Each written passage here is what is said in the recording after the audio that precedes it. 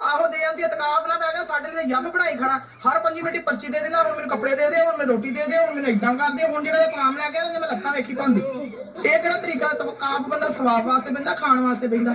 ਕੱਲ ਐਡੀ ਲੰਮੀ ਪਰਚੀ ਦਿੱਤੀ, ਉਹ ਮੈਂ ਦੇ ਕੇ ਆਈ ਦੁਪਹਿਰੇ ਜਾ ਕੇ, ਕੱਪੜੇ ਇਸਤਰੀ ਕਰਕੇ ਦੇ ਕੇ ਆਈ ਆ, ਬ੍ਰਸ਼ ਦੇ ਕੇ ਆਈ ਆ। ਹੁਣ ਕਹਿੰਦਾ ਵਿੱਚ ਉਹ ਸ਼ਾਇਦ ਨਿਕਲੀ, ਵਿੱਚ ਉਹ ਸ਼ਾਇਦ, ਕਦੀ ਕਹਿੰਦਾ ਲੇਟ ਘਾਲਤੀ, ਕਦੀ ਕਹਿੰਦਾ ਛੇਤੀ ਘਾਲਤੀ। ਵੀ ਤੂੰ ਬਹਿ ਉੱਥੇ ਅੱਲਾ ਅੱਲਾ ਕਰ 4 ਦਿਨ ਹੈ, ਤੂੰ ਕੀ ਕਰਦਾ ਫਿਰਦਾ ਵਾ? ਕਦੀ ਇਸ ਵਿੰਡੋ ਚੋਂ ਮੂੰਹ ਕੱਢਦਾ ਮਾਸਕ ਲਾ ਕੇ, ਕਦੀ ਇਸ ਵਿੰਡੋ ਚੋਂ। ਕਹਿੰਦਾ ਮਾਸਕ ਲਾ ਕੇ ਬੰਦਾ ਆਸੇ ਪਾਸੇ ਵੇਖ ਸਕਦਾ।